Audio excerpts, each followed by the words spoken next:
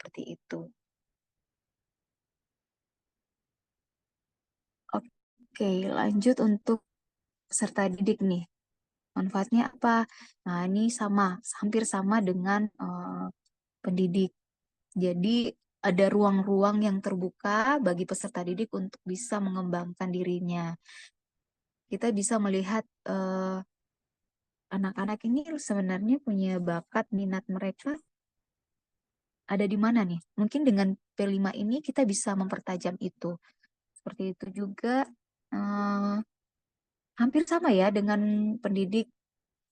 Tapi di sini kalau peserta didik mungkin kita akan lebih lihat kemampuan sosialisasi mereka berkembang.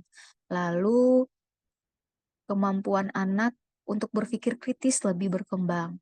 Seperti itu. Oke, kita lanjut. Di sini bagaimana memahami peran peserta didik,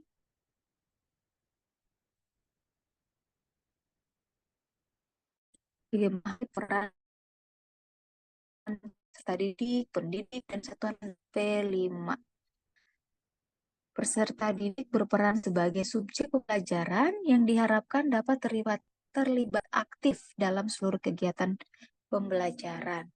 Jadi di sini peserta didik adalah subjek pembelajaran.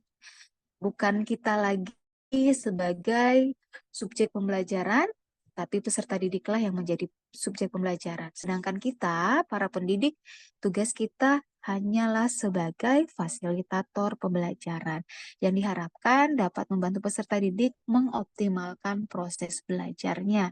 Sementara lingkungan satuan pendidikan berperan sebagai pendukung terselenggaranya kegiatan yang diharapkan dapat mensponsori penyediaan fasilitas dan lingkungan belajar yang kondusif. Berikut ini tugas-tugas dari salah satu pendidikan. Nah, semuanya punya peran tersendiri dalam kegiatan P5 ini. Untuk kepala satuan pendidikan, tugasnya apa? Nah, yang pertama membentuk tim proyek dan turut merencanakan proyek. Yang pertama membentuk tim proyek profil dan turut merencanakan proyek profil. Yang kedua, mendampingi jalannya proyek profil dan melakukan pengelolaan sumber daya satuan pendidikan secara transparan dan akuntabel. Yang ketiga, membangun komunikasi untuk kolaborasi antara orang tua peserta didik, warga satuan pendidikan, dan narasumber pengaya proyek profil, yaitu seperti masyarakat, komunitas, universitas, praktisi, dan sebagainya. Lalu mengembangkan komunitas praktisi di satuan pendidikan untuk meningkatkan kompetensi pendidik yang berkelanjutan. Lalu melakukan coaching secara berkala bagi pendidik. Nah, yang terakhir merencanakan, melaksanakan, merefleksikan, dan mengevaluasi pengembangan aktivitas dan asesmen proyek penguatan profil pelajar Pancasila ini. Apakah sudah berjalan sesuai dengan harapan? Apakah sudah berpusat pada peserta didik? Ini tugas dan tanggung jawab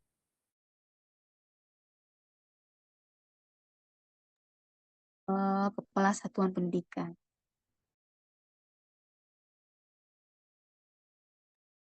Baik, Bapak Ibu, kita lanjut. Nah, tugas dinas provinsi ada nggak nih? Ternyata ada. Nah, dinas pendidikan nih. Tugas dinas pendidikan berkoordinasi dengan satuan pendidikan, memastikan tersedianya sumber daya, sarana, dan prasarana yang cukup memadai untuk pelaksanaan kegiatan proyek penguatan profil pelajar Pancasila. Yang kedua, memberikan dukungan untuk peningkatan kapasitas pendidik dan tenaga pendidikan secara berkelanjutan. Yang ketiga, memastikan hasil asesmen dipergunakan sebagai umpan balik dalam pelaksanaan proyek profil. Lalu memastikan keterlibatan dan sinergi antar pemangku kepentingan berjalan dengan baik untuk mendukung proyek profil. Dan yang terakhir, mengawasi apakah proyek profil sudah berjalan sesuai dengan yang diharapkan. Nah, ini tugas kita nih para pendidik nih Bapak Ibu. Peran ini khusus perlu diampu oleh pendidik yang menjadi tim fasilitator proyek. Nah, ini kalau misalnya sudah selesai nih dari Bapak Ibu Kepsek sudah membuat tim. Nah, ini tugas tim nih, tim fasilitator proyeknya. Nah, tim fasilitator ngapain saja? Yang pertama, merencanakan proyeknya itu, melakukan perencanaan tujuannya, strategi pelaksanaannya, dan juga asesmen proyek secara berkelanjutan. Nah, yang kedua, fasilitator memfasilitasi peserta didik dalam menjalankan proyek yang sesuai dengan minatnya, dengan pilihan cara belajar, dan produk belajar yang sesuai dengan preferensi peserta didik. Lalu pendamping nih. Nah, pendamping nih gunanya buat apa nih? Membimbing peserta didik dalam menjalankan proyek, menemukan isu yang relevan, dan mengarahkan peserta didik dalam merencanakan aksi yang berkelanjutan. Nah, yang keempat nih tugas supervisor dengan konsultan. Mengawasi dan mengarahkan peserta didik dalam pencapaian proyek, memberikan saran dan masukan secara berkelanjutan untuk peserta didik, dan melakukan asesmen performa peserta didik selama proyek berlangsung. Nah, yang terakhir, tugasnya moderator, memandu peserta didik dalam berbagai aktivitas diskusi. Ini nih para tim fasilitator yang hebat-hebat nih. Nah, sekarang peserta didik nih Bapak Ibu. Peserta didik nih, tugasnya apa? Wah, ternyata pada kegiatan P5 ini, peserta didik lebih diasah nih komitmen untuk mencapai tujuan pembelajaran yang telah disepakati. Lalu mengembangkan kemandirian untuk berpartisipasi aktif dalam proses pembelajaran sesuai minat dan kemampuan yang dimiliki. Lalu peserta didik melakukan refleksi secara konsisten dan berkelanjutan untuk memahami potensi diri dan mengoptimalkan kemampuannya. Lalu yang terakhir tugas komite satuan pendidikan. Ternyata komite juga bisa berperan aktif dalam kegiatan P5 ini. Nah, komite tujuannya buat apa nih? Gabung nih, memberikan dukungan ternyata. Memberikan dukungan terkait pelaksanaan proyek di satuan pendidikan. Seperti itu Bapak Ibu. Lalu tugasnya pengawas sekolah berkoordinasi dengan satuan pendidikan, memastikan ketersediaan sumber daya, sarana dan prasarana yang cukup memadai pelaksanaan kegiatan proyek, penguatan profil pelajar Pancasila. Lalu memberikan dukungan untuk peningkatan kapasitas pendidik dan tenaga kependidikan secara berkelanjutan. Lalu memastikan hasil asesmen dipergunakan sebagai umpan balik dalam pelaksanaan proyek. Lalu memastikan keterlibatan dan sinergi antar pemangku kepentingan berjalan dengan baik untuk mendukung proyek profil. Lalu yang terakhir, mengawasi apakah proyek profil ini sudah berjalan sesuai dengan yang diharapkan.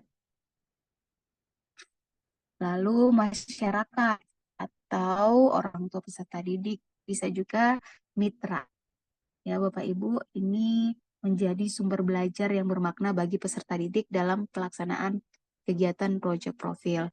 Lalu ini juga dapat membantu menemukan atau mengidentifikasi isu atau masalah yang ada serta memberikan informasi sebagai narasumber terkait dengan isu tersebut.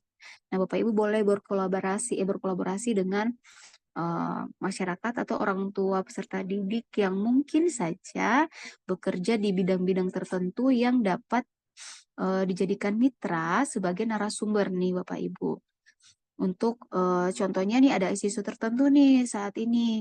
Nah, bisa Bapak Ibu kolaborasi untuk menjadi narasumber saat kegiatan P5 berlangsung. Nah, orang tua juga atau masyarakat bisa memberikan dukungan berupa pendampingan, khususnya dalam pelaksanaan proyek penguatan profil pelajar Pancasila di lingkungan satuan pendidikan. Berikutnya, ini nih Bapak Ibu, alur perencanaan proyek penguatan profil pelajar Pancasila. Ya. Yang pertama nih, hal yang paling utama tadi, kita membentuk dulu tim fasilitator proyek penguatan profil Pancasila. Ini tim yang fasilitator dibentuk oleh siapa? Ya, kepala sekolah, kepala satuan pendidikan. Tapi tetap sesuai dengan kesepakatan bersama Dewan Guru. Seperti itu Bapak Ibu. Jadi mungkin timnya ini dibuat secara bersama, tetapi keputusan tetap dari Kepala Satuan Pendidikan. Seperti itu Bapak Ibu. Tim ini berperan merancang dan melaksanakan kegiatan proyek. Lalu setelah tim fasilitator terbentuk, barulah kita melangkah ke mengidentifikasi tingkat kesiapan satuan pendidikan. Kepala Satuan Pendidikan bersama tim fasilitator merefleksikan dan menentukan tingkat kesiapan satuan pendidikan. Apakah satuan pendidikan sudah siap nih untuk merancang dan melakukan P5 ini. Seperti itu. Lanjut dengan merancang dimensi, tema, dan alokasi waktu proyek penguatan profil pelajar Pancasila. Tim fasilitator menentukan dulu nih fokus dimensi profil pelajar Pancasila atau tema proyek nih Bapak Ibu. Tema mana nih yang cocok nih atau yang mau dipakai dahulu. Lalu setelah temanya itu sudah klop Bapak Ibu, barulah bisa nih dilanjutkan membuat modul proyeknya. Nah, modul proyek ini disusun oleh tim fasilitator sesuai tingkat kesiapan satuan pendidikan dengan tahapan umum, menentukan subelemen atau tujuan proyek, lalu mengembangkan topik, alur, durasi proyek, serta mengembangkan aktivitas dan asesmen proyek. Seperti itu. Lanjut yang terakhir, merancang strategi pelaporan hasil proyek. Nah, tim fasilitator merancang strategi pengolahan dan pelaporan hasil proyeknya. Seperti itu. Nah, ini Bapak Ibu 8 tema yang dapat Bapak Ibu pilih di satuan pendidikan Bapak Ibu. Kalau dari SD ada beberapa tema. Tidak semua tema diperuntukkan untuk SD Bapak Ibu. Jadi di sini kan ada 8 tema nih. Kalau SD biasa yang digunakan ada 6 tema saja. Seperti itu. Contohnya di sini kalau gaya hidup berkelanjutan bisa digunakan dari tingkat SD sampai SMA. Lalu kearifan lokal dari tingkat SD sampai SMA. Seperti itu. Ini contohnya gaya hidup berkelanjutan nih Bapak Ibu. Kita gunakan contohnya apa nih yang sedang isu-isu apa nih yang sedang beredar di sekitar kita ataukah isu yang lagi sementara benar-benar harus kita fokuskan. Contohnya kalau di daerah saya soal sampah. Nah, apakah ini bisa kita terus masukkan di dalam P5 ini sebagai tema gaya hidup berkelanjutan apa nih kalau sampah apa yang anak-anak dapat pelajari dimensi apa seperti itu Bapak Ibu. Jadi nanti kalau misalnya Bapak Ibu mengambil sebuah tema itu akan Bapak Ibu fokuskan juga dimensi apa yang akan dimasukkan di dalam tema itu. Contohnya di sini diambil gaya hidup berkelanjutan. Ini Jakarta situasi lagi banjir nih. Nah, di Kalimantan hutan sebagai paru-paru dunia nanti akan Bapak Ibu rancang kembali kira-kira dalam tema ini dimensi terus sub-elemennya akan difokuskan ke arah yang mana. Nah, di sini juga ada kearifan lokal. Nah, kearifan lokal mungkin Bapak Ibu lebih mengetahui Itu nih. mana? Kearifan lokal apa nih Apa? yang Kaos kaki kakak di mana taruh? dikembangkan di Mana cuci? lingkungan Cuci satuan lagi? pendidikan Bapak? Di mana taruh? Lalu ada tema Bhinneka Tunggal Ika. Nah, ini ada juga tema Bangunlah Jiwa dan Ragaku. Kau yang pakai tadi Tapi buka di kalau dalam mana ini kaos kaki Bapak mah? Ibu hanya bagian Sepertinya. tingkat satuan pendidikan SMP Mana dan ada aku SMP taruh di situ? Nggak saja. ada aku taruh di situ. Itu. Orang tadi udah Di buka di meja. dalam aku kok. Kok cuci lagi mampus Naomi? Ganti kaos. Di Lanjut, meja. suara demokrasi. Kalau suara demokrasi mungkin tingkat satuan pendidikannya SMP sampai SMA saja, Aku di mute itu. karena ini lebih mengarah pada sistem musyawarah, ya. Kalau musyawarah kayaknya lebih ini ya, anak-anak kita yang SMP SMA ini mungkin lebih bisa saling bertukar pikiran. SD bisa, cuman mungkin di sini suara demokrasi ini bisa difokuskan ke SMP SMA dahulu.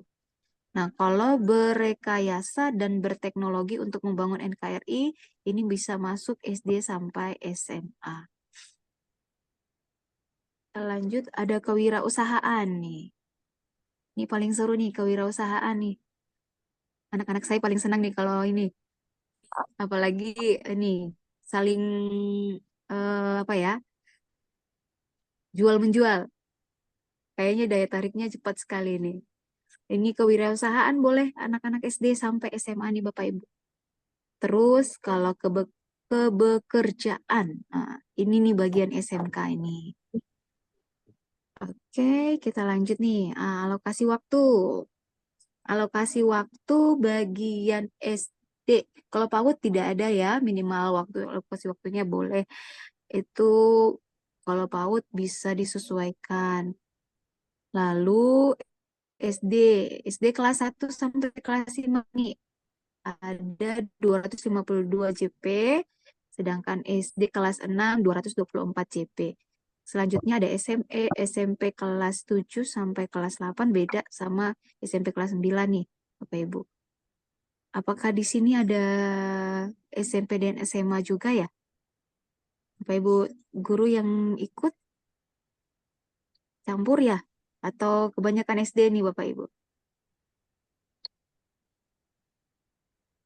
Boleh raise hand-nya kalau misalnya dari ada yang SMA, ada yang SMP gitu.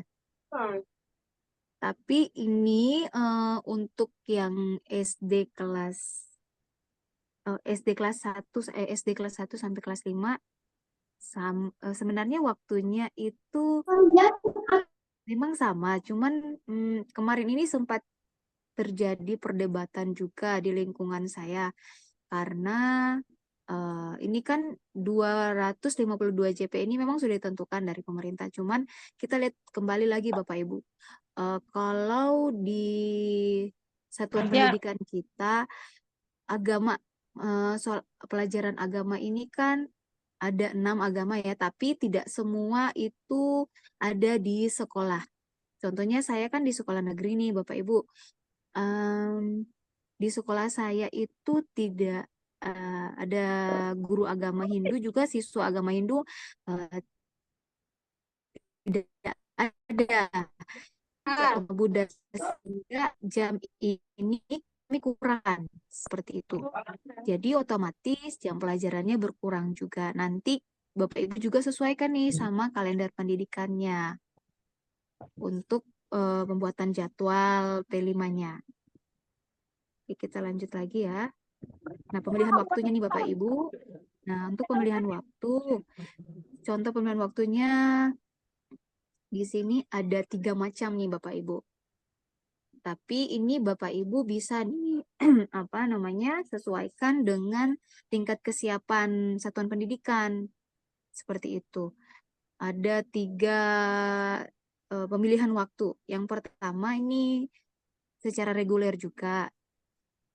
Bapak Ibu bisa masukkan kegiatan P5 ini di 1 hari dalam seminggu untuk pelaksanaan P5-nya. Misalnya nih hari Jumat, terus seluruh jam pelajaran pada hari itu digunakan nih untuk P5 seperti itu.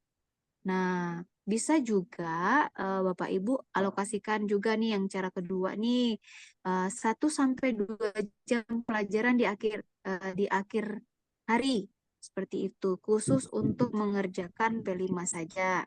Bisa digunakan untuk eksplorasi di sekitar satuan pendidikan sebelum peserta didik pulang. Itu Bapak Ibu. Terus yang terakhir ini kami sebut dengan sistem blok. Nah, sistem blok ini Bapak Ibu bisa nih gunakan contohnya 2 minggu atau sampai 1 bulan. Tapi ini disesuaikan ya Bapak Ibu untuk kegiatannya Bapak Ibu sesuaikan saja. Nanti dilihat dari kalender pendidikannya, lalu juga Bapak Ibu bisa lihat dari jumlah jam pelajarannya. Mohon izin Ibu, waktunya 3 menit lagi Bu. Ini kalau bagusnya blog, Bapak Ibu, semua tenaga pendidik bisa berkolaborasi. Jadi tidak hanya guru kelas saja yang fokus sama kegiatan P5, tapi di sini semua guru bidang studi bisa saling berkolaborasi dalam kegiatan P5. Seperti itu Bapak Ibu. Nah, P5 ini juga dalam 1 tahun itu kita adakan 2 kali ya. Jadi bukan 2 kali, maksudnya 2 tema. Jadi dalam 1 tahun minimal 2 tema unik. Nah kalau SD minimal 2 tema. Nah dari 252 itu JP Bapak Ibu bagi 2 seperti itu. Jadi untuk semester 1 dengan semester 2 nanti rapotnya itu ada pada akhir kenaikan kelas nih, sudah akhirnya. Jadi Bapak anak mau naik kelas, rapot P5-nya diberikan seperti itu. Izin Ibu Maria. Halo, gimana Pak? Halo Bu, ini waktunya tinggal 2 menit lagi Bu. Oke siap Pak, nanti saya lanjut nih. Ini Oke Bu. contohnya ya Bapak Ibu. Ini kalau Bapak Ibu mau bagi ini contohnya saja ya. Ini per 1 hari. Ini kalau Bapak Ibu mau per minggu. Ini kalau sistemnya blok. Itu nih.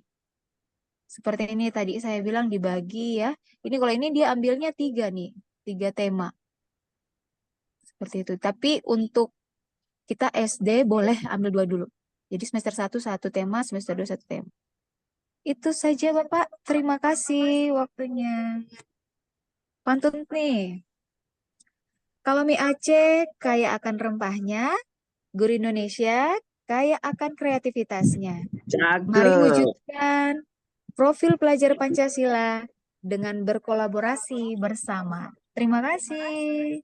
Terima kasih Bu. Baik Bapak Ibu Terima kasih sekalian, Bu. itu tadi Sama. paparan dari Ibu Maria. Terima kasih banyak Ibu Maria, luar biasa tentang P5 ini, tidak ada habisnya Bu ya, terhadap kurikulum Merdeka ini dan perlu kita ajari kembali. Kemudian Bapak Ibu sekalian, masuklah kita pemateri kedua. Saya akan bacakan kurikulum vitae-nya. Ini kalau dibacakan kurikulum vitae-nya ada 5 lembar ini Bu. Tapi yang singkat-singkat saja saya akan bacakan. Apakah udah berhadir sekarang Bapak Dr. Gantino Habibi? Sudah, Selamat Pak sore, Pak. Raffi. Masya Selamat Allah. sore. Ya, selamat sore Bapak Ibu semuanya. Oke, Bapak Ibu sekalian. Nama Bapak ini Bapak Dr. Gantino Habibi MPD. Beliau guru SDN 26 Gagasan Kecil Kabupaten Agam. Kalau bicara pengalaman luar biasa Bu. Beliau adalah fasilitator modul P5. Beliau kontributor modul project P5 juga. Beliau juga sebagai instruktur nasional program organisasi penggerak. Beliau juga konsultan pendidikan 2017 sampai sekarang. Beliau juga tenaga pengajar Universitas Terbuka sampai sekarang. Beliau pernah jadi kepala sekolah di 2008 sampai 2020. Beliau jadi dosen UMSB 2009 sampai 2016. Beliau dosen Stekif Al-Sunnah 2008 sampai 2015. Riwayat pendidikan beliau adalah dari S1 Universitas Terbuka 2016, S1 Stikib Ahlus Sunnah 2005, kemudian beliau di S2 Universitas Negeri Padang 2007, kemudian S3 di Universitas Negeri Padang 2020. Luar biasa ini Bapak Ibu sekalian. Adapun penghargaan-penghargaan beliau adalah pertama, pemenang satu sayembara penulis bahan pengayaan pelajaran bahasa Indonesia untuk siswa SD. Terbaik satu kepala SD inovatif tingkat nasional. Kemudian juara satu lomba kepala sekolah SD berprestasi tingkat nasional. Juara satu penulisan best praktik kepala sekolah. Juara dua penulisan bahan bacaan anak Dirjen Dikdas Kemendikbud. Beliau penerima Inclusive Education Award dari Menteri Pendidikan di 2013. Juara satu lomba tutor paket PPTK PNF Kemendikbud. Beliau juara satu lomba guru berani menginspirasi tahun 2017. Beliau pemenang satu sayembara penulis bahan bacaan Balai Bahasa Sumatera Barat. Pemenang sayembara GLN BP2B Kemendikbud. Pemenang sayembara GLN BP2B Kemendikbud RI. Kemudian pemenang sayembara GLN BP2B Kemendikbud RI. Sangat banyak Bapak Ibu sekalian, prestasi beliau sangat luar biasa hari ini ada bersama kita. Saya kasih dulu pantun.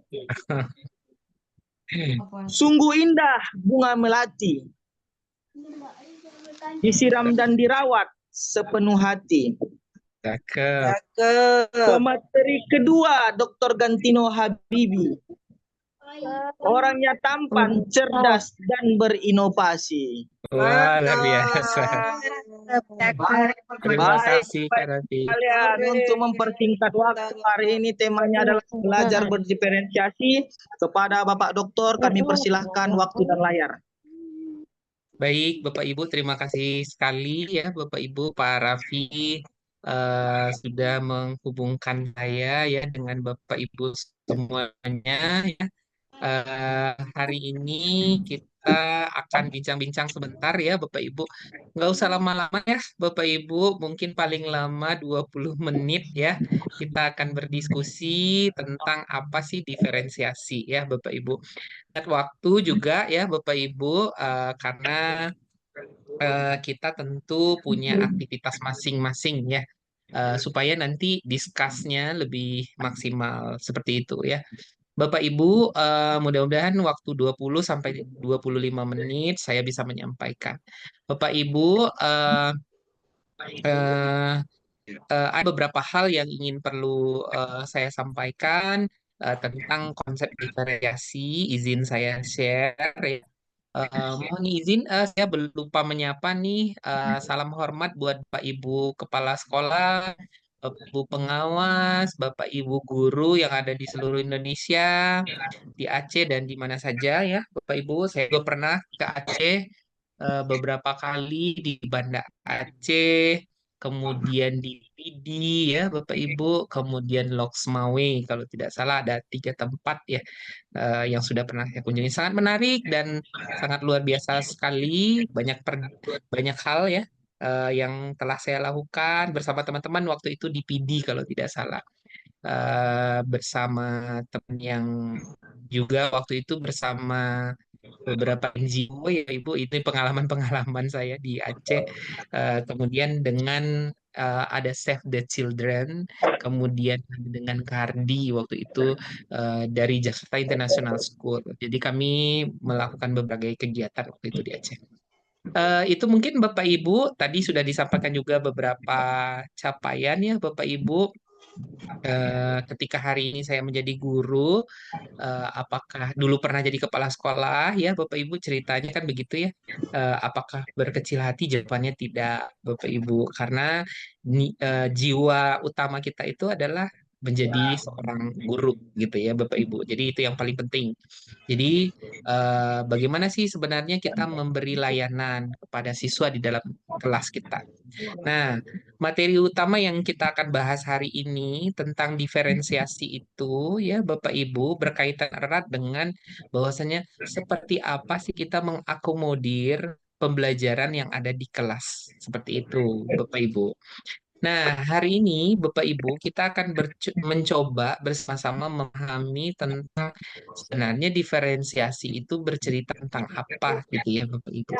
Nah, Bapak Ibu, diferensiasi itu ya Bapak Ibu, kita itu harus mengetahui ya bahwasanya di dalam kelas kita itu tidak satu saja ragam siswa yang ada di dalam kelas. Banyak siswa dengan berbagai model, kemudian berbagai hambatan ya Bapak Ibu, kemudian dengan berbagai bentuk dan segala macamnya. Nah, mereka tidak bisa satu kemampuan gitu ya Bapak Ibu, atau dengan satu kalau kita anggap ya bahwasanya misalkan kita bersaudara itu ada 6 ya Bapak Ibu. 6 bersaudara. Apakah keenam-enamnya dengan kemampuan yang sama, otaknya sama, cerdasnya, kemudian semuanya sama gitu? Jawabannya tidak, ya Bapak Ibu. Nah, di sini kita harus paham bahwasanya manusia itu diciptakan sangat unik oleh Allah dengan keragamannya. Maka Bapak Ibu, dengan keragaman itu ya Bapak Ibu, bayangkan saja kalau misalnya kita dilahirkan dari robot ya Bapak Ibu, dengan perintah yang sama, bentuk yang sama bisa ya Bapak Ibu, itu kalau robot. Tetapi kita manusia yang diciptakan oleh Allah dengan keragaman. Maka Bapak Ibu, konsep inilah yang harus kita pegang sebagai bahagian dari diferensiasi, yaitu tidak ada yang sama, tidak ada, semuanya berbeda, gitu ya Bapak Ibu. Maka pembelajarannya terdiferensiasi, gitu ya Bapak Ibu. Nah, ketika orang berbeda dalam satu ruangan, ya, contoh Bapak Ibu dalam ruangan Zoom kita hari ini, apakah semua memiliki kemampuan yang sama? Jawabannya tidak. Bagaimana saya mampu mengajar atau menyampaikan informasi yang mampu mengakomodasi? Mengakomodasi itu artinya yaitu mampu memberikan layanan. Seperti itu, Bapak Ibu. Nah, layanan yang akan saya berikan itu harusnya mampu memaksimalkan semua potensi, semua semua siswa yang ada di kelas saya tanpa membedakan mereka. Nah, sehingga Bapak Ibu, kita sudah tahu nih, siswa yang biasanya kita berikan perhatian lebih, biasanya adalah siswa dengan kemampuan yang lebih. Nah, kalau di pembelajaran terdiferensiasi, Bapak Ibu, seharusnya yang kita beri perhatian lebih itu adalah siswa dengan hambatan pembelajaran. Nah, hambatan pembelajaran ini macam-macam ya Bapak Ibu. Kita bisa kenal dan bisa ketahui ya. Bisa saja ya hambatan membaca misalnya, atau hambatan penglihatan bisa juga ya, atau hambatan pemahaman matematika gitu misalnya, atau apa saja gitu Bapak Ibu. Nah, gimana nih caranya kita mengajar gitu kan, gitu ya pertanyaan yang muncul. Maka Bapak Ibu, kita wajib sebagai guru mengakomodasi. Mengakomodasi itu memberikan layanan terhadap seluruh siswa yang ada di dalam kelas kita. Nah, maka guru ya perlu memilih salah satu dari 3 diferensiasi. Nah, ini yang harus penting Bapak Ibu. Bapak Ibu, kenapa terjadi informasi yang sangat noise gitu ya Bapak Ibu? Ketika melaksanakan diferensiasi, itu harus dilaksanakan ketiga diferensiasinya. Nah, ada diferensiasi proses, konten, dan produk itu Bapak Ibu. Nah, Bapak Ibu perlu melihat nih Bapak Ibu. Jadi kata kuncinya yaitu sebenarnya boleh nggak saya lakukan ketiga-tiganya? Boleh-boleh saja kalau Bapak Ibu Boleh mampu. aja. Atau Bapak Ibu boleh nggak misalnya memilih salah satu? Boleh Bapak Ibu, disarankan. Karena Bapak Ibu, kenapa? Karena Bapak Ibu harus memberikan layanan dulu nih bagi siswa. Gitu. Nah, ada beberapa prinsip ya Bapak Ibu. Yang pertama fleksibel. Ya, artinya kita tuh memberikan sesuai dengan kebutuhan dan apa yang dibutuhkan oleh siswa untuk mencapai satu kompetensi. Misalnya nih, Bapak Ibu di dalam kelas akan mengajarkan sebuah teks naratif, ya. Misalnya teks naratif atau misalnya teks imajinatif, gitu ya. Ketika Bapak Ibu akan mengajarkannya, ternyata nih ada anak di kelas Bapak Ibu yang belum bisa membaca, padahal sudah duduk di kelas 5 misalnya gitu ya. Ada Bapak Ibu terjadi di sekolah, bukan di sekolah Bapak Ibu.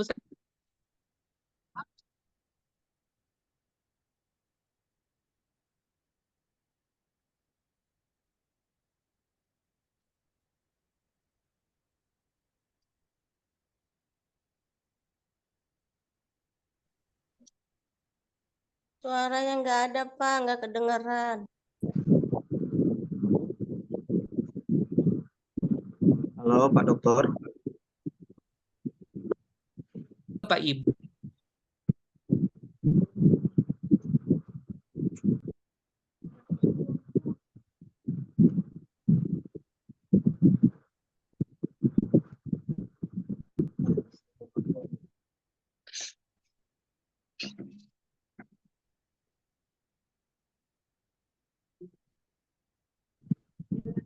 Halo Pak Dokter.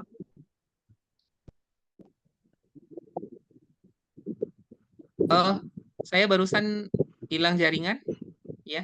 Baik. Sudah terdengar? Sudah, Oke. Pak. Nah, Bapak Ibu ingat bahwasannya ketika tadi saya cerita ya, misalnya eh, ada siswa yang memang tidak mampu nih membaca. Bagaimana sih mereka? Sedangkan kita akan mengajarkan tujuan pembelajaran kita adalah teks imajinatif tentang misalnya apa gitu ya, Bapak Ibu, atau naratif atau terserah ya Bapak Ibu teksnya. Nah, berarti bagaimana sih mereka akan belajar? Artinya Bapak Ibu ada hambatan nih dalam kelas, yaitu siswa yang memiliki hambatan kemampuan membaca. Berarti Bapak Ibu tetap mengajar supaya mereka tetap diakomodasi, terlayani gitu Bapak Ibu. Bagaimana cara prosesnya? Nah, ini yang kita sebut dengan diferensiasi proses. Bagaimana proses yang akan kita lakukan? Maka Bapak Ibu, si anak tetap mengikuti pembelajaran. Apakah mereka bisa membaca? Jawabannya tidak. Maka si anak bisa menangkap informasi dari gambar, misal. Nah, si anak ini akan kita fokuskan untuk melihat gambar dan mengidentifikasi atau mencari informasi dari gambar yang sudah terlihat seperti itu. Kemudian teman-teman yang lain mungkin bisa membaca atau membaca nyaring kah ya Bapak Ibu, atau membaca pemahaman tergantung dari kondisi siswa di kelas Bapak Ibu. Misalnya nih kita mau membaca nyaring, berarti guru yang membaca diiringi dengan intonasi, kemudian dengan pelafasan huruf ya Bapak Ibu, dengan tepat ya gitu Bapak Ibu. Nah, berarti apa yang perlu kita lihat? Si anak yang tadi tidak bisa membaca, dia akan fokus ke gambar, maka dia akan tetap mampu menangkap pembelajaran. Kemudian, Bapak Ibu, bagaimana kita akan melanjutkannya? Ketika tahapan berikutnya, tadi kan baru membaca ya, Bapak Ibu. Berarti di bahasa Indonesia ada kompetensi apa lagi nih? Kompetensinya yang berikutnya. Oh, misalnya mengkomunikasikan, gitu ya, Bapak Ibu. Jadi kita akan berharap dari setelah mereka membaca itu, dia mampu memahami isi bacaan, gitu ya, Bapak Ibu. Bagaimana dia mampu memahami? Dengan mengkomunikasikan atau menceritakan kembali gitu ya bahasa yang sering kita dengar. Maka kita buat panduan. Misalnya panduannya seperti apa? Oh, kita berikan kartu seperti itu. Oh, dia tulis. Si A bisa menulis, tapi dia kan belum bisa membaca. Loh, apa yang mau ditulis? Nah, kita boleh menyuruh mereka menggambar gitu Bapak Ibu. Diferensiasi lagi nih Bapak Ibu. Kenapa dengan gambar? Karena dia akan mengidentifikasi apa saja benda-benda yang masih diingat tuh dari teks imajinatif. Gitu, Bapak Ibu. Jadi dia bisa menang. Kemudian dari informasi tadi, dia mampu nggak menceritakan? Menceritakan itu dengan teman di sebelahnya dulu. Ya, Bapak Ibu. Misalnya dengan teman sebelahnya dulu. Oh, dia berdiskusi berdua gitu, Bapak Ibu. Atau kita bisa melakukan aktivitas eh, apa namanya permainan berbisik gitu ya Bapak Ibu. Disuruh anak-anak ya membuat lingkaran kecil atau barisan lah gitu ya Bapak Ibu, barisan gitu ya Bapak Ibu. Kemudian barisan tersebut eh, mereka berbisik apa yang mereka temukan gitu ya, berbisik sampai ke ujung. Si A dulu nih, giliran si A, si ujung di ujung nanti menebak. Nanti si B lagi di bagian yang membisikkan gitu. Si C lagi sini. Kemudian kita catat, suruh mereka mencatat. Oh, ternyata informasi yang mereka temukan tentang ini, tentang ini, tentang ini. Oh, berbeda-beda. Nah, disitulah Bapak Ibu yang kita sebut dengan pembiasaan. Aktivitas dalam pembelajaran itu harus berbasis pembiasaan berulang-ulang supaya mereka memiliki pemahaman, ya. Pasti ada aktivitas, oh nanti anak-anaknya ketawa, kemudian tidak belajar, ini semacam yang salah itu Bapak Ibu. Karena dalam bahasa Indonesia itu kita harus mencapai dari kompetensi yang diharapkan dari 4 kompetensi atau 4 elemen yang diharapkan, Bapak Ibu. Maka Bapak Ibu, ketika tadi mereka sudah menulis, ya Bapak Ibu, tadi membaca nyaring nih, membaca. Kemudian mereka menuliskan nih di kertas kecil atau di post-it. Sudah menulis nih, mengkomunikasikan. Nah, gitu Bapak Ibu. Nah, menyimaknya sudah ada nggak? Ya jelas sudah ada. Ketika dia mendengar dari gurunya, atau mendengar dari ininya, atau yang didengar dari temannya. Nah, Bisukan. Ini dia bukan lagi. kompetensi inilah yang kita harapkan dalam sebuah proses pembelajaran, gitu Bapak Ibu. Bukan berarti Bapak Ibu menyelesaikan satu tugas, anak mampu menjawabnya dengan benar. Bukan, Bapak Ibu. Tapi yang paling penting, mengalami proses perubahan nggak? Dari 4 kompetensi bahasa yang kita harapkan itu, ya, anak-anak sudah mampu atau tidak, gitu ya. Nah, berarti terakomodir nggak anak dengan hambatan membaca? Iya. Berarti sudah diferensiasi nggak? Sudah diferensiasi berbasis proses gitu Bapak Ibu.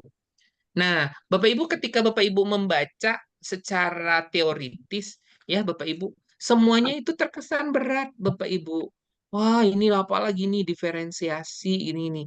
Nah, yang paling penting Bapak Ibu yaitu ketika Bapak Ibu sudah punya tujuan, jadi kalau saya selalu menekankan gitu ya, punya tujuan, berarti Bapak Ibu harus tahu nih cara pembelajaran yang mana yang akan dilakukan.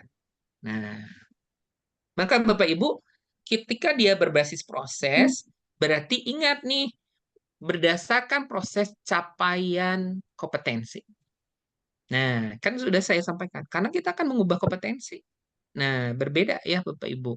Ketika dia berdasarkan konten, itu dia diminta adalah tingkat kedalaman atau keluasan materi atau penguasaan kompetensi. Nah, itu akan berbeda Bapak Ibu. Kenapa berbeda? Nah, Bapak Ibu, contohnya, misalnya nih, kita tadi sudah membahas teks imajinatif, gitu ya Bapak Ibu.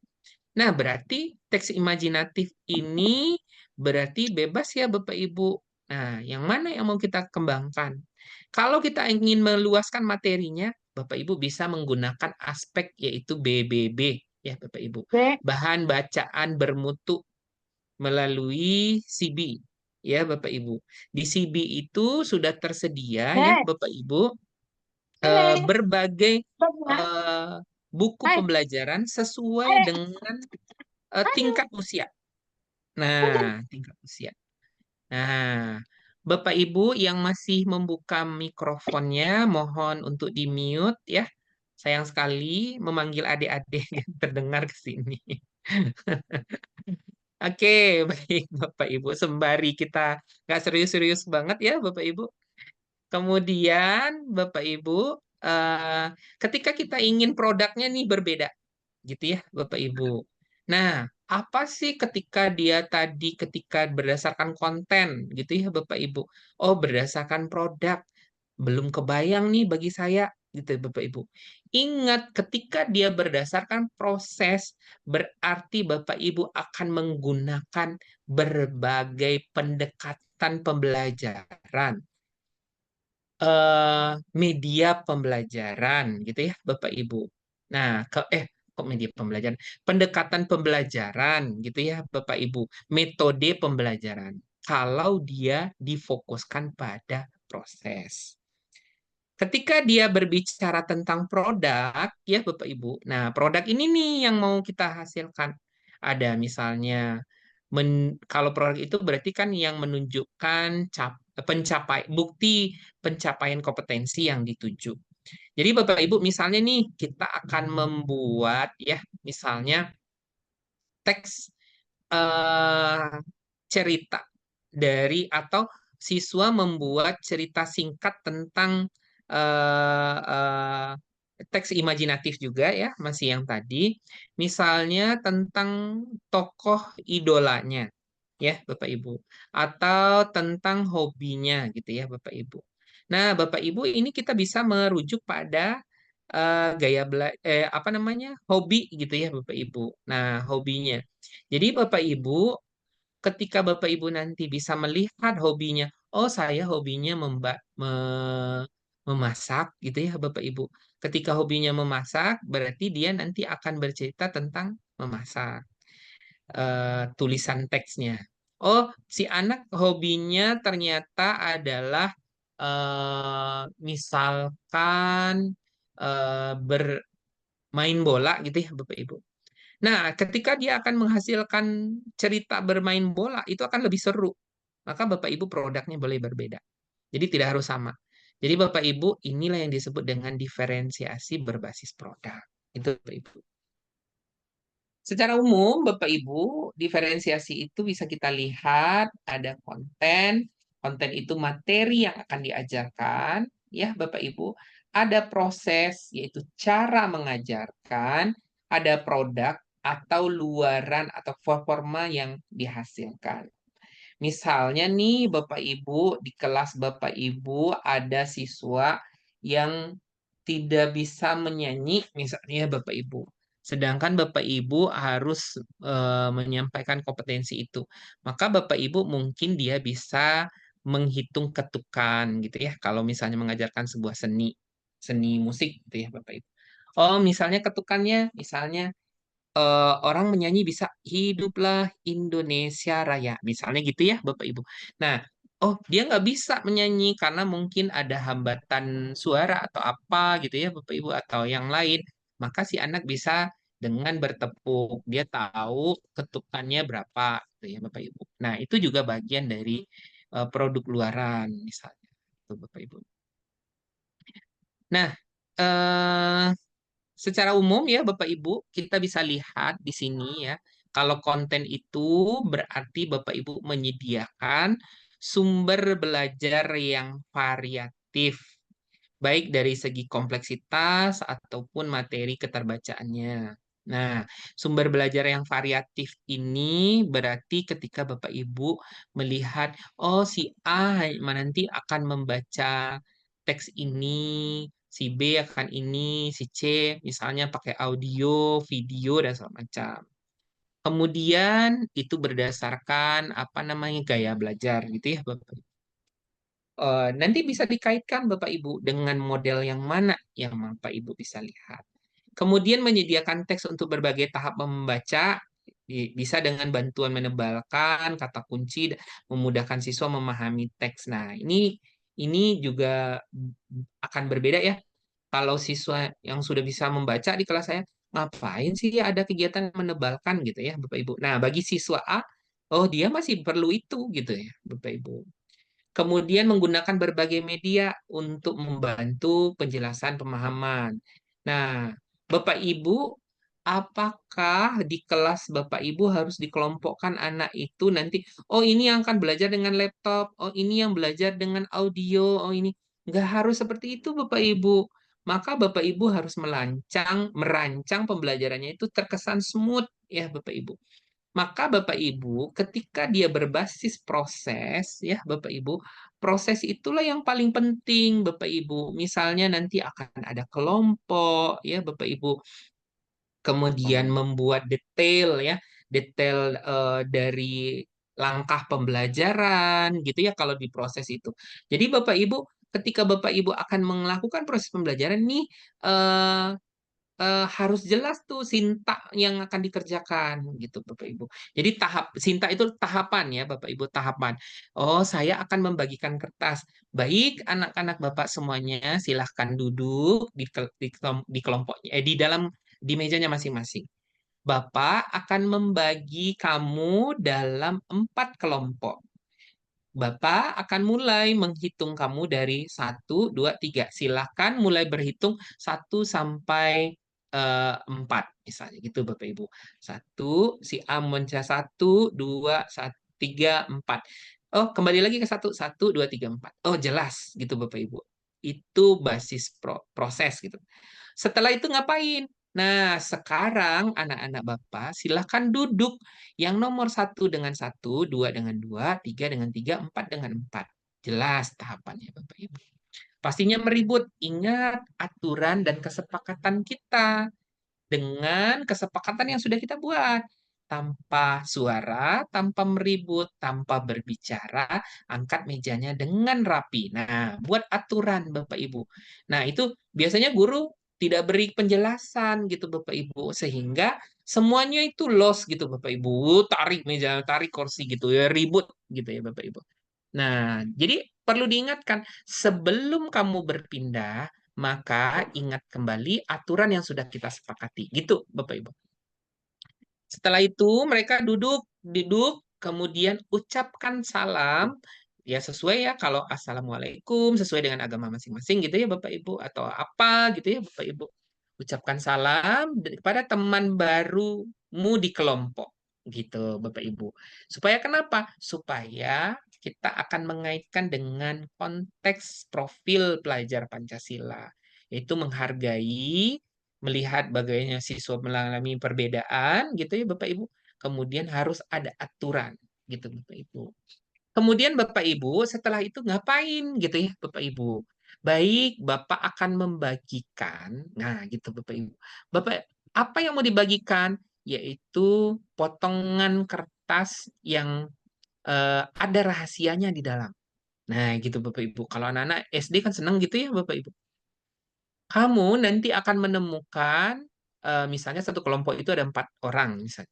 Menemukan 4 potongan gambar. Penasaran dengan gambar Bapak? Ya, gitu kan. Nah, mereka akan penasaran Bapak Ibu. Proses itulah yang disebut dengan proses belajar.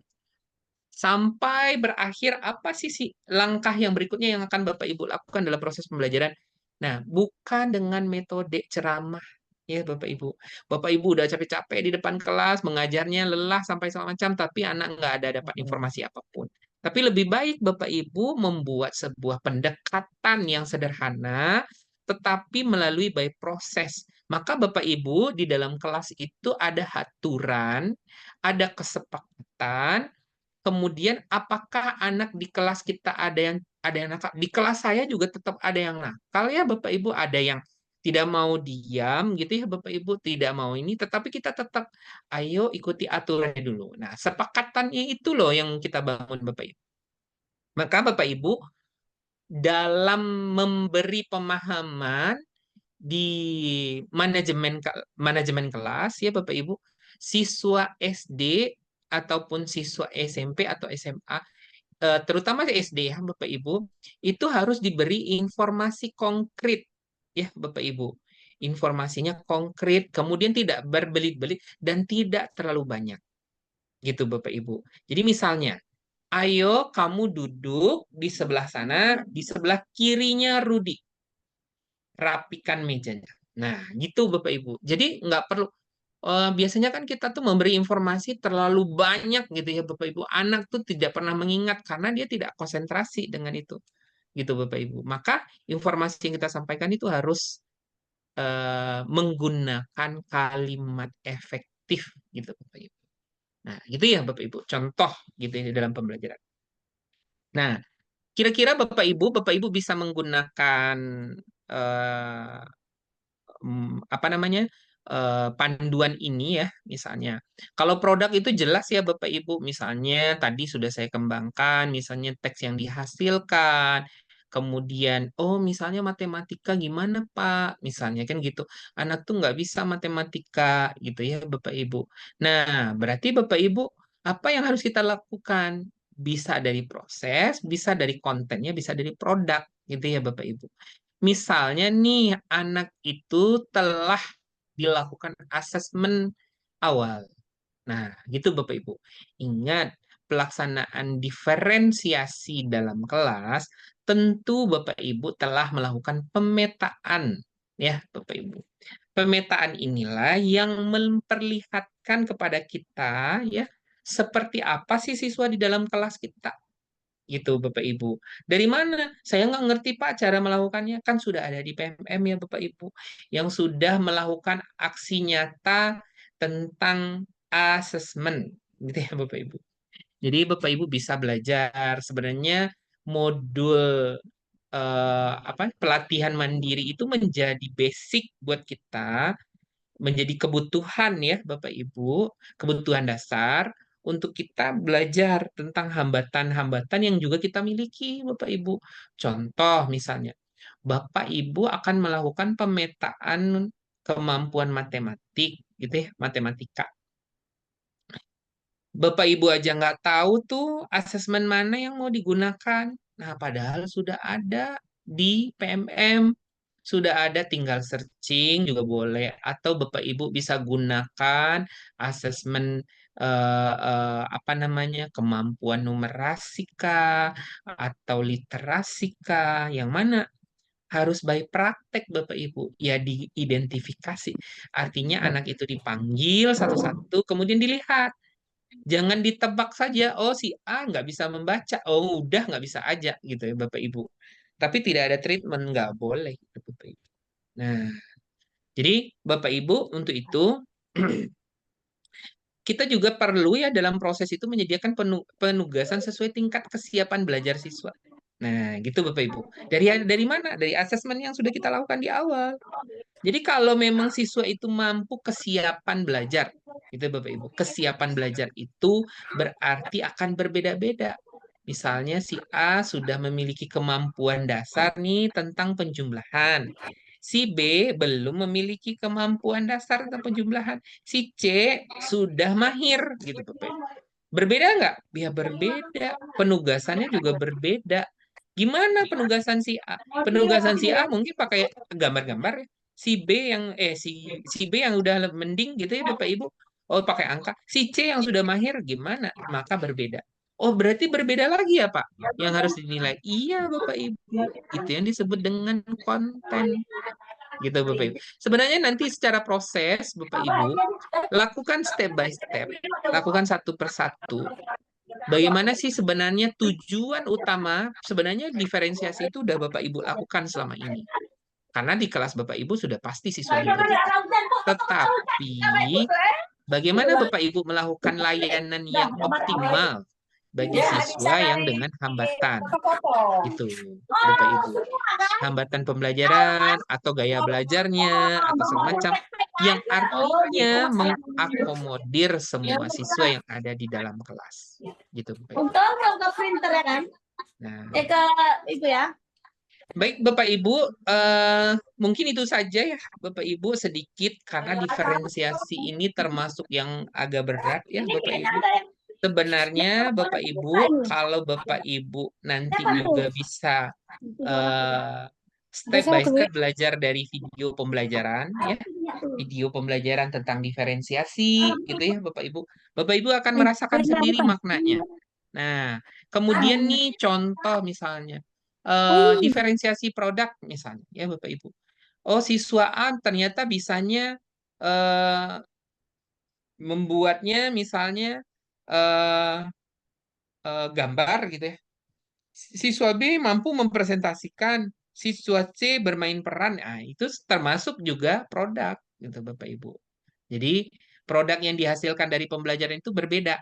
Si A yang mempresentasikan, si B yang membuat gambar, si C yang nanti bermain peran. Boleh dinilai? Ya boleh Bapak Ibu, sesuai dengan nilainya. Bukan berarti si A saja yang akan dapat yang karena dia sudah membuat gambar. Oh enggak gitu Bapak Ibu. Karena nilai-nilai itu sebenarnya Bapak Ibu adalah peningkatan kompetensi. Gitu ya Bapak Ibu. Baik Bapak Ibu, mudah-mudahan kita berproses selalu untuk melakukan peningkatan pembelajaran.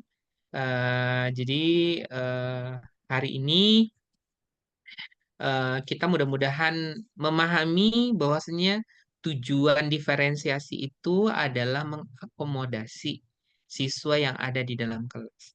Kemudian apalagi memberi layanan sesuai dengan kemampuan siswa. Berarti Bapak Ibu, siswa saya ada ini, ada ini. Maka sebaiknya apa yang harus saya lakukan? Yang pertama, lakukan asesmen dulu. Ya, Bapak Ibu. Setelah dilakukan asesmen, ngapain lagi? Dipetakan, Bapak Ibu. Hambatan membaca ini, hambatan literasi ini, hambatan matematika ini. Sampai di mana hambatannya? Nah, tentu Bapak Ibu yang bisa mengelompokkan. Sesuaikan dengan materi yang akan Bapak Ibu ajarkan. Misalnya nih, Bapak Ibu di kelas 5 akan mengajarkan tentang bilangan bulat atau FPB dan KPK lah misalnya. FPB dan KPK berarti mereka harus memiliki kemampuan perkalian dong, gitu Bapak Ibu. Nah, berapa orang sih yang mengalami hambatan kemampuan perkalian? Nah, berarti Bapak Ibu harus punya trik. Gimana sih melakukan perkalian sederhana? Apa triknya? Nah, Bapak Ibu bisa cari tuh di YouTube. Usaha-usaha seperti ini, bentuk perlakuan-perlakuan yang akan Bapak Ibu lakukan, juga merupakan bagian diferensiasi, Bapak Ibu. Kemudian sudah dilakukan nih berbagai. Kemudian Bapak Ibu harus belajar. Caranya gimana? Yaitu belajar metode pendekatan pembelajaran yang variatif. Karena Bapak Ibu cara menjawabnya hanya dengan itu dalam proses gitu Bapak Ibu. Nah, gitu ya. Nanti konten dan semua nanti itu akan mengikuti gitu Bapak Ibu. Baik, Bapak Ibu, demikian saja dari saya. Terima kasih banyak, Pak Raffi, Bapak Ibu pengawas, Bapak Ibu semuanya dalam ruangan ini ya. Eh, ini tadi tidak sharing ya? Aduh, ya Allah. Padahal sudah saya share. Aduh, pantesan saya sudah kemana-mana dari tadi. Pak Raffi juga belum bilang. Padahal slide saya sudah kemana-mana dari tadi ternyata tidak tampil. Oke, Bapak Ibu, kira-kira slide-nya nanti saya akan bagikan ya, Bapak Ibu cuma sedikit ya, Bapak Ibu tidak banyak-banyak ya. Bapak Ibu, terima kasih Bapak Ibu, kita bisa berdiskusi hari ini. Mudah-mudahan nanti Bapak Ibu bisa memahami sedikit demi sedikit karena memang harus learn to learn ya, Bapak Ibu harus Kirim di belajar, materi aja harus Pak, belajar. slide-nya. Siap, nanti saya Ya, kirim ya Bu kirim di ya. Saya kirim kirim di ke Pak materi aja Pak. Raffi, nanti Pak Ya, Raffi akan mengirimkan kepada Bapak Ibu semuanya. ya. Atau kirim di WA grup, jadi kita bisa baca. Oke, baik. Sangat menyimak Pak. Terima Sangat. kasih. So screen. Mohon maaf tadi, padahal saya tuh terlempar ya. Ternyata saya tuh berpikir sudah tayang PPT-nya, ternyata belum ya. Gak apa-apa ya Bapak Ibu, terima Nggak apa-apa. kasih. Ya, Yang penting silakan Pak ngerti Raffi. materi. Terima kasih Pak, salam menyimak. Iya, Ibu. Oke, Bapak sudah luar biasa menjelaskan pembelajaran diferensiasi. Saya sampai cat nih Pak, 3 lembar terhadap pembelajaran diferensiasi. Ilmu juga dengan Bapak Dokter nih. Baik Terima Bapak kasih. sekalian, di sini ada beberapa orang pertanyaan, kita buka sesi pertanyaan. Untuk pertama Bapak Ahmad Sapi.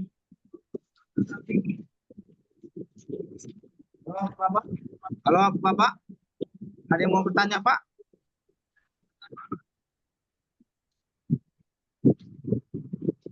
Baik untuk Bapak Muhammad Kanis. Kira-kira ada yang mau tanya, Pak? Karena di Ada sini tuh ada angkat tangan ini. dari Bapak Rod. Oke. Ah, Oke. saya langsung bertanya, Bu. Boleh, Pak. Oke. Assalamualaikum warahmatullahi wabarakatuh. Waalaikumsalam warahmatullahi wabarakatuh. Mungkin pertama terima kasih atas kesempatannya. Terima Saya kasih. Muhammad Kais dari Aceh. Dari Aceh. Tepatnya Aceh Barat Daya. Pertanyaan pertama saya adalah tentang P5 pelaksanaan P5 di sekolah SD. Mungkin di sini ada 250 jam untuk 36 minggu. Nah, yang menjadi pertanyaan saya, bagaimana kita memaksimalkan jam P5 itu betul-betul dapat kita gunakan secara maksimal. Karena selama ini kita sudah lakukan beberapa hal. Pertama, P5 itu kami lakukan di setiap hari Sabtu. Di setiap hari Sabtu per minggunya. Kemudian saya lihat penggunaan waktunya tidak efektif. Kemudian dirubah lagi per jamnya juga kurang efektif. Jadi bagaimana kiat-kiat kita agar P5 itu berjalan dengan lancar? Yang pertama. Yang kedua, pertanyaan saya kepada Bapak Gantino Habibie. Mungkin pengganti Bapak Soekarno dan Bapak Presiden Habibie. Jadi Pak Dr. Gantino Habibie, mungkin di pembelajaran berdiferensiasi itu kan didasarkan kepada pertama kepada profil pelajar anak itu sendiri. Kepada profil pelajar anak itu sendiri. Nah, bagaimana kita itu benar-benar memaksimalkan pembelajaran mereka agar semua anak itu menerima pembelajaran yang sama. Karena kenapa? Dari profil belajar anak kita ambilkan dari 3 gaya belajar. Dari 3 gaya belajar. Jadi benar apa dikatakan Pak Habibie tadi bahwa pembelajaran berdiferensiasi itu karena anak-anak yang bermasalah. Jadi dalam hal ini bagaimana kita benar-benar dapat memberikan pembelajaran yang nyaman, efektif dan kreatif agar anak-anak itu senang terhadap pembelajaran yang kita sajikan. Terima kasih. Assalamualaikum warahmatullahi wabarakatuh. Waalaikumsalam warahmatullahi wabarakatuh. Baik, Bapak. Pertanyaan pertama saya ulang, bagaimana memaksimalkan jam dalam pembelajaran P5 dengan kiat-kiatnya. Ini mungkin akan dijawab oleh pemateri pertama. Yang kedua itu pembelajaran berdiferensiasi mengacu kepada profil si anak. Bagaimana kita memaksimalkan pembelajaran agar semua mendapatkan diferensiasi secara merata sehingga pembelajaran merasa aman, nyaman dan asik di dalam kelas. Itu nanti akan dijawab oleh Bapak Dr. Gantino. Kami persilakan untuk Kakak Maria. Baik, terima kasih Pak Raffi. Izin Pak Gantino sama Ibu Kepsek dan Bapak Ibu pengawas kalau ada ya. Saya Salam kenal Bu Maria. salam kenal Pak. Saya sedikit gugup nih Pak. Nggak ada gugup Bu. Silakan Bu Maria. Iya Pak. Sebenarnya gugup Pak karena sama yang ahlinya nih. Nggak gitu. Ya Allah, kita sama-sama belajar ya Bapak Ibu di sini. Semuanya juga belajar. Ya, baik Pak. Mungkin saya sedikit sharing saja Bapak Ibu. Ini mungkin karena pengalaman di sekolah saya itu kami ambilnya itu karena kami melihat dengan situasi, kami ambilnya per blok sehingga semua Bapak Ibu bidang studi bisa ambil bagian dalam kegiatan P5. Terus juga kegiatan P5 ini kami susun bersama tim di dalam modulnya sehingga terstruktur. Jadi kegiatan-kegiatannya, terus pelaksanaannya itu lebih terstruktur. Jadi mungkin dengan demikian kegiatannya bisa berjalan dengan lebih lancar dan terstruktur ya. Kalau misalnya ada kendala, mungkin kita bisa saling sharing dengan guru-guru yang lain dalam tim ataupun juga bisa berkolaborasi dengan Bapak Ibu guru yang walaupun tidak masuk dalam tim, tapi mungkin mereka bisa memberi kita masukan lebih banyak. Seperti itu. Mungkin demikian, mungkin dari Bapak Gantino ada tambahan? Oke, baik. Saya udah oke kok, Bu Maria.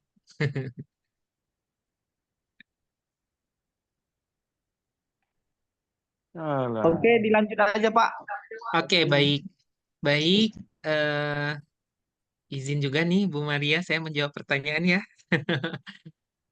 Baik, Bapak, terima kasih pertanyaannya. Jadi betul sekali, Pak.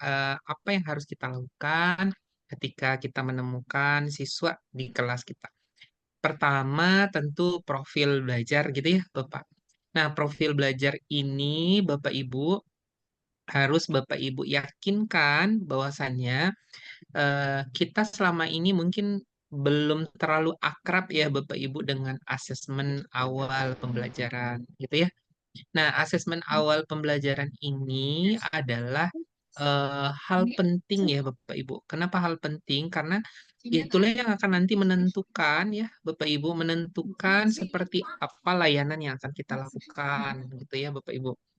Jadi, kalau misalnya siswa tersebut memiliki profil yang sudah kita tulis tadi ya, dengan berbagai peta pemahaman yang kita buat ya, Bapak Ibu.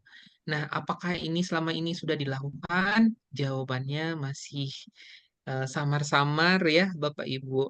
Jadi kita masih belum ya kalau boleh dibilang sebagian besar dari kita belum melakukannya dengan baik gitu ya Bapak Ibu. Apalagi kalau di SD ya Bapak Ibu dengan mata pelajaran yang banyak, maka biasanya kita melakukan asesmen yang sederhana gitu, Bapak Ibu. Maka Bapak Ibu sebaiknya lakukan dulu asesmen minimal di awal pembelajaran itu dua saja, matematika dan kemampuan berbahasa atau numerasi dan literasi itu Bapak Ibu. Sehingga ini menjadi jawaban buat Bapak Ibu dalam pelaksanaan. Jadi tidak jadi kendala. Nah, dari profil-profil siswa tadi kita tuh mampu nih menjawab gimana nih. Oh, anak saya yang ini tuh dia tuh nggak bisa ngapa-ngapain. Memang kemampuan membacanya itu nggak ada. Kemudian sudah diajarin dengan metode ini, metode itu memang nggak bisa juga nih. Oh, ternyata anak ini mendekati, oh pemahaman saya, oh anak ini ternyata diseleksia gitu Bapak Ibu. Nah, diseleksia itu Bapak Ibu harus membedakan, ada pemahamannya. Kalau anak sudah hafal dari A, B, C, D sampai Z, berarti anak tidak akan mampu, bukan diseleksi. Nah, belum tentu diseleksi. Bapak Ibu lihatkan gambar lagi, misalnya bentuk ya Bapak Ibu. Misalnya Bapak Ibu tulis A, dia tahu B, C, D, E. Sampai D saja dia tahu. Setelah itu dia nggak tahu tuh bentuk itu huruf apa gitu Bapak Ibu. Kemungkinan nih anak ada hambatan diseleksia gitu ya Bapak Ibu. Nah, kemampuan-kemampuan inilah ya Bapak Ibu, kemampuan menganalisa inilah yang Bapak Ibu harus tingkatkan dari kemampuan-kemampuan yang lain. Yang selama ini kita tuh abai ya Bapak Ibu dengan kemampuan kita. Kita tuh ngerasa jadi guru sudah itu aja gitu ya Bapak Ibu. Yang sudah dapat di kampus atau SPG atau di kampus kita kuliah itu aja. Enggak Bapak Ibu karena berkembang. Maka Bapak Ibu harus meningkatkan. Apa sih usaha? Nah, bagaimana pembelajarannya bisa bermanfaat gitu ya atau pembelajaran itu berjalan dengan baik gitu ya, itu mimpi kita gitu ya Bapak Ibu. Maka Bapak Ibu harus membuat sebuah rencana. Rencana itu berarti, oh hari ini saya mau mengajarkan tentang misalnya operasi hitung gitu ya Bapak Ibu. Berarti bagaimana sih nanti, siapa sih nanti yang akan berperan, ada nggak permainan, Ada nggak ini misalnya gitu Bapak Ibu. Misalnya nih anak akan kita lakukan permainan berhitung saja dulu Bapak Ibu. Oh misalnya kita akan menghitung eh, apa namanya telapak tangan gitu ya Bapak Ibu. Maka kita suruh mereka menghitung telapak tangan. Gimana caranya? Kita buat telapak tangannya dengan spidol diciplak gitu ya Bapak Ibu di kertas gitu Bapak Ibu. Kemudian, wah sudah semua berwarna-warni, mereka warna-warni gitu Bapak Ibu, belajar matematika. Kemudian coba hitung misalnya gitu Bapak Ibu, kamu punya jarinya berapa? Ini 5, ini 5. Teman kamu 5. Ayo sekarang semua berdiri gitu Bapak Ibu. Semua berdiri gitu Bapak Ibu. Loh, ngapain nih berdiri? Ini kan bermain gitu ya Bapak Ibu. Sekarang berkumpul 3 orang berpegangan tangan. Nah, mereka berpegangan tangan. Berpegangan tangan berarti mereka sudah melakukan aktivitas perkalian sebenarnya Bapak Ibu, yaitu kan ada 5 jari tadi yang sudah berbentuk tadi ya Bapak Ibu, mereka ciplak tadi ya Bapak Ibu. Kemudian mereka berapa orang? Bertiga. Oh, 3 dikali 5 berarti berapa temuannya? 15. Oke, tuliskan. Oke, tuliskan Bapak Ibu. Aktivitasnya menyenangkan gitu Bapak Ibu. Maka sebenarnya Bapak Ibu apa yang harus kita lakukan adalah mencari solusi gitu Bapak Ibu. Dengan apa? Pendekatan pembelajaran. Bapak Ibu kalau nggak banyak-banyak ngajar itu kayaknya nggak selesai gitu ya Bapak Ibu. Kalau biasanya. Jadi nggak itu Bapak Ibu, tapi makna dari pembelajaran itu. Misalnya selesai dia berkumpul 3. Sekarang berkumpul 2 orang. Nah, berpeganglah mereka berdua. Berarti yang terjadi dia punya 5 jari, ada 2 orang. Yang terjadi perkaliannya 2 orang dikali dengan 5 jari masing-masing. Berarti akan dapat berapa jarinya? 10. Mereka bisa juga belajar untuk penjumlahan. Berarti ada 5 ditambah 5. Begitu Bapak Ibu. Nah, konsep matematikanya jalan. Jalan Bapak Ibu. Tetapi dengan cara apa? Pembelajaran berbasis permainan. Gitu. Menyenangkan Bapak. Gitu Bapak Ibu. Maka bagaimana sebenarnya pembelajaran itu mampu mengakomodasi. Kan gitu ya. Kan konsepnya akomodasi. Maka harus punya trik. Nah, Bapak Ibu, guru itu harus mencari cara. Jadi biasanya yang terjadi udah tahu anaknya nggak bisa, ya udah tetap juga ngajarin tetap dengan metode ceramah di depan kelas yang nggak bisa gitu Bapak Ibu. Makna pembelajarannya nggak akan berjalan, perubahan atau peningkatan kompetensi itu tidak akan sesuai dengan harapan kita. Gitu ya Bapak Ibu. Baik Bapak Ibu, terima kasih Bapak. Ya, terima kasih sudah memuji, namanya luar biasa seperti Pak penggantinya Pak Habibie ya. Senang sekali saya. Terima kasih. Silakan Pak Raffi. Baik, terima kasih. Ada lagi yang bertanya, kita ambil satu lagi. Ibu Nur Hayati SPD. Gimana, apakah ada yang mau ditanyakan?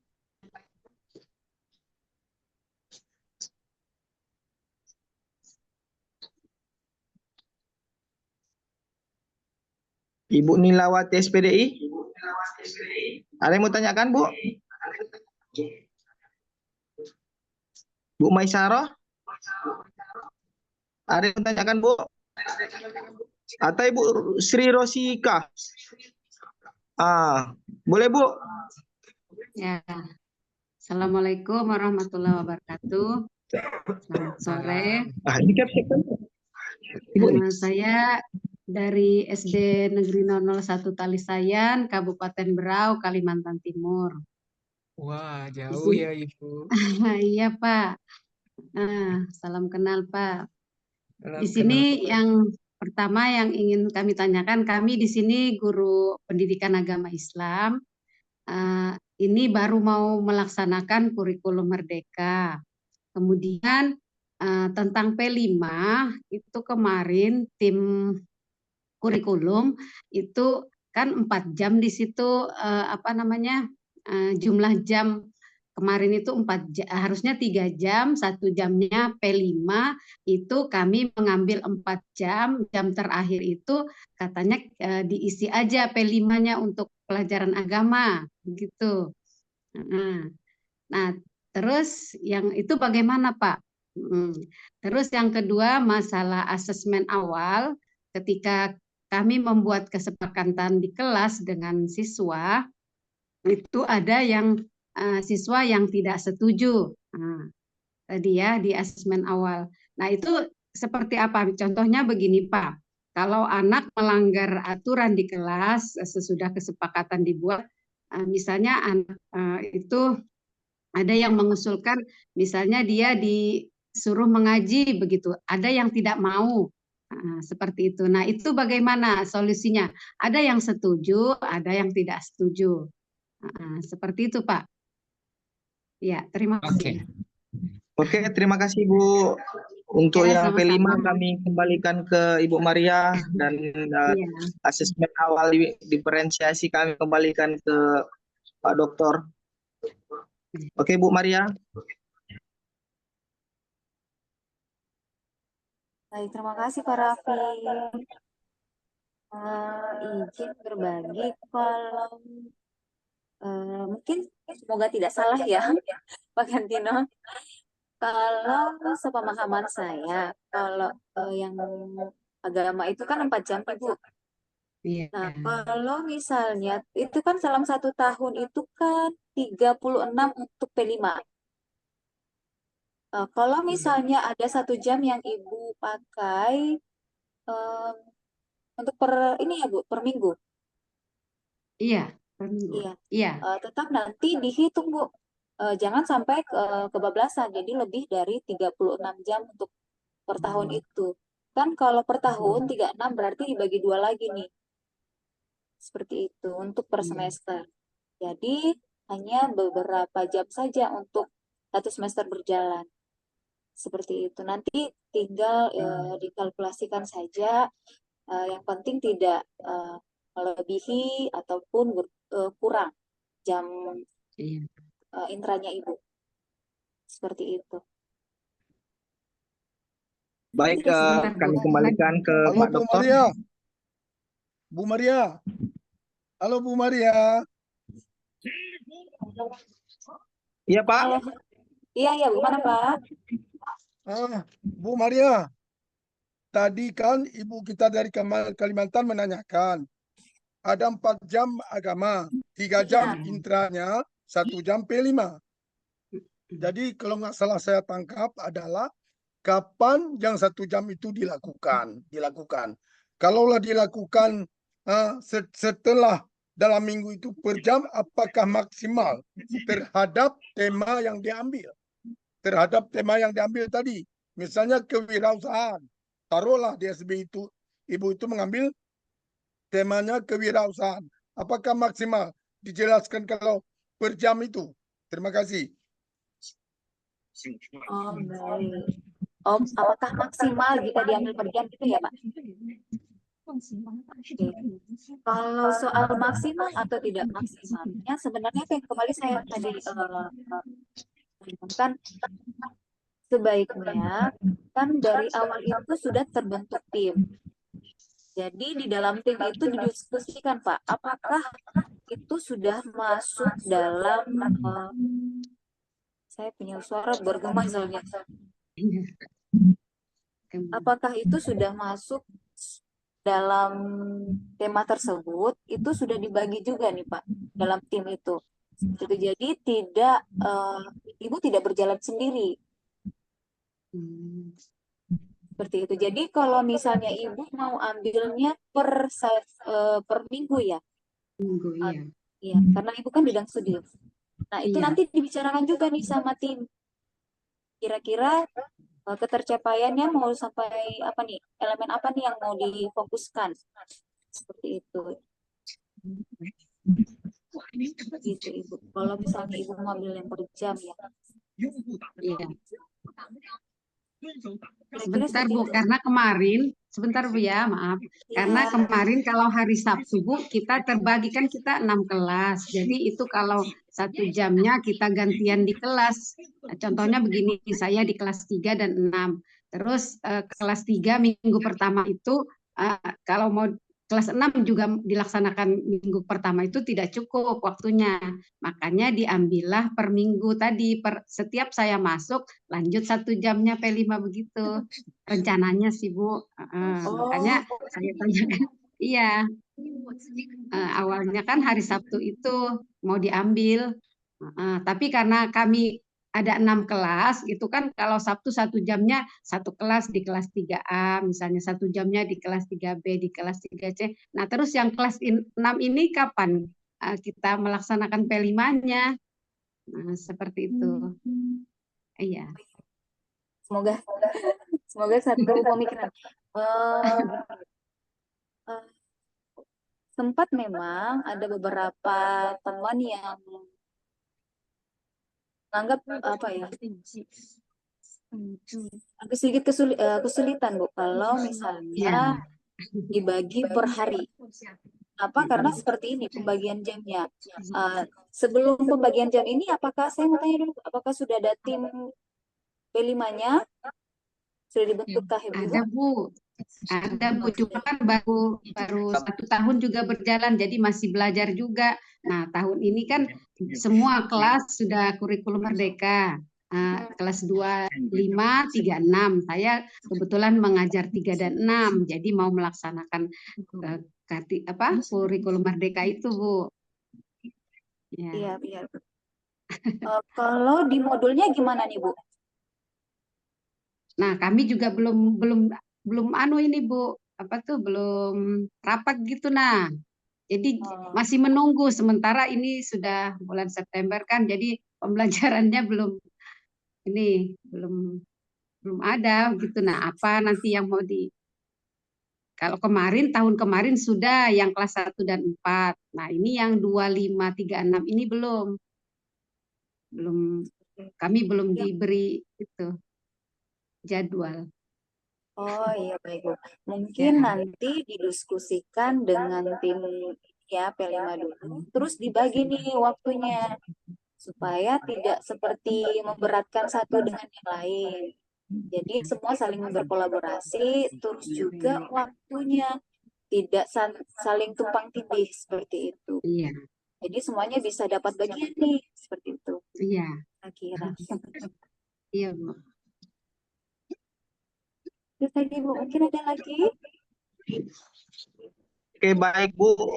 Kita ke Bapak Dokter untuk asesmen awal. Iya, baik. Jadi begini ya, Ibu. Jadi untuk asesmen Bapak Ibu, jadi Bapak Ibu tidak perlu melakukan persetujuan ya dengan siswa. Tetapi Ibu mungkin membagikan lembar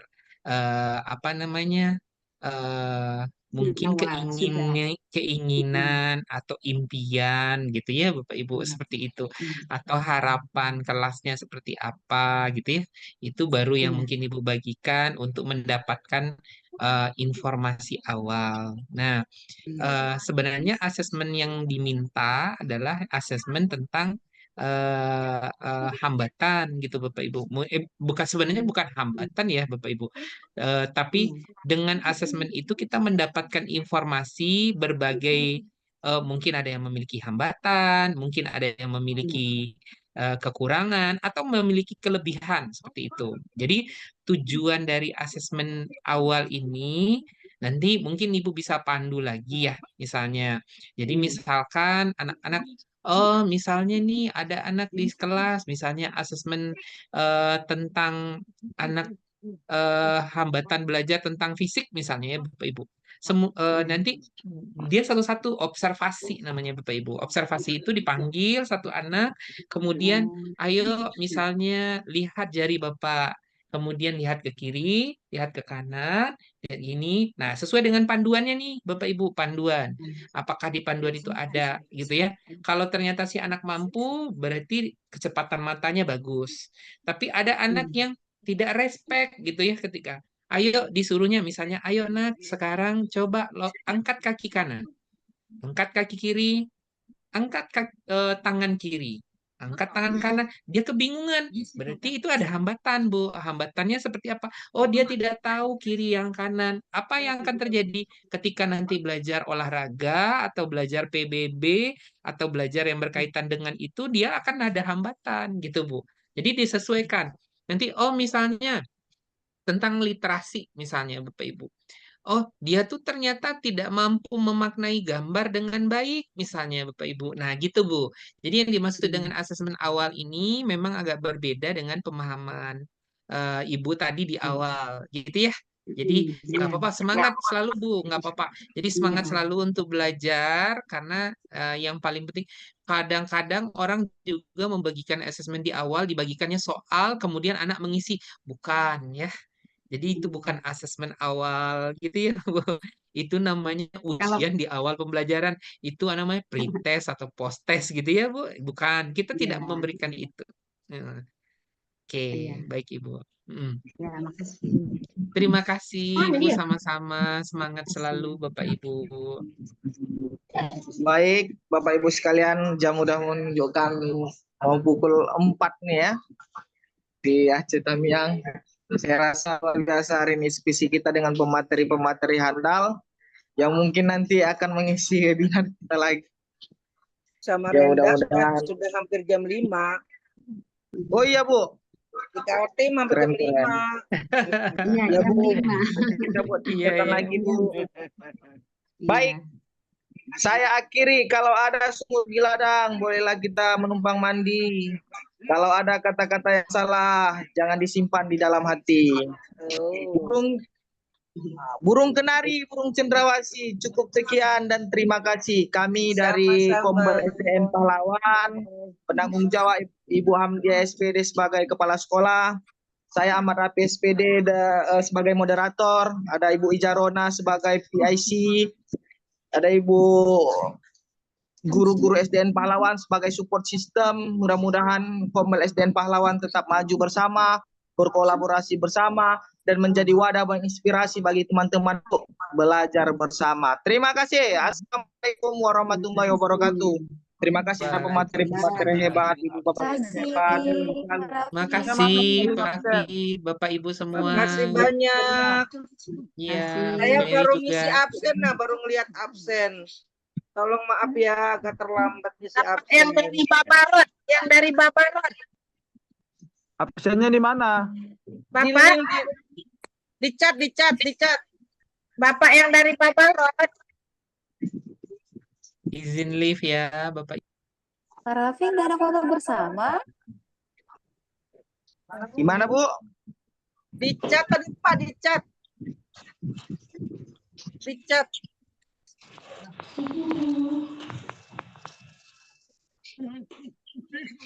Buka chatnya Pak.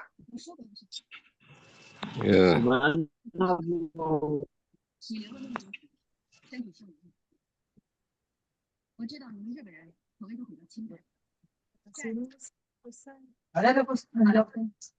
Ada, tapi